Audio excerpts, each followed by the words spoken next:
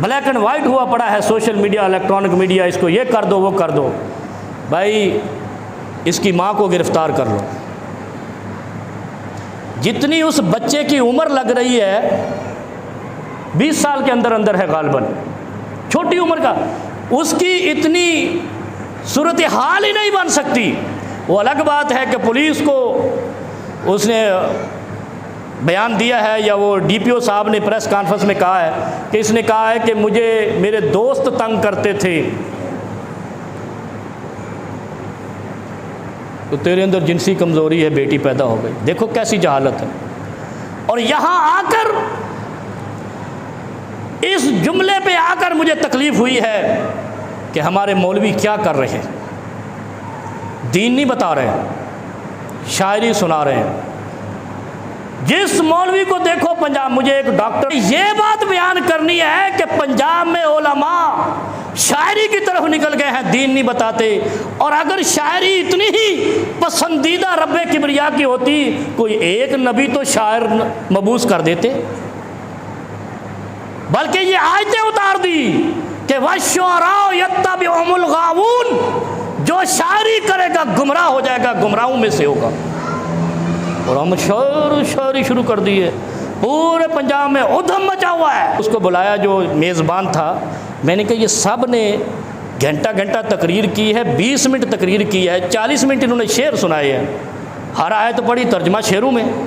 تو میں نے کہا یہ قرآن شاعری میں اتر آتا، پھر حدیث نبی علیہ السلام شعر ہی سناتے رہتے۔ اس نے کہا لوگ اس کو پسند کرتے ہیں۔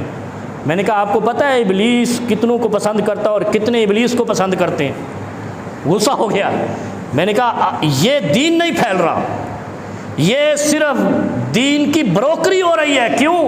وہ ٹکٹ لیتے ہیں جو کلاکار ہیں، ادھر مولویوں نے ٹکٹ لگا دیا، کوئی 30,000 لے رہا ہے، کوئی 15,000 لے رہا ہے، کوئی 20,000 لے رہا ہے۔ ایک اٹھا ہے وہ کہتا ہے 85,000 روپے میری فیس ہے تقریر کی، اور میں نے خاص طور پہ اس کی تقریر پھر نکال کے سنی کہ جو 85,000 لیتا ہے وہ کیا سناتا ہے۔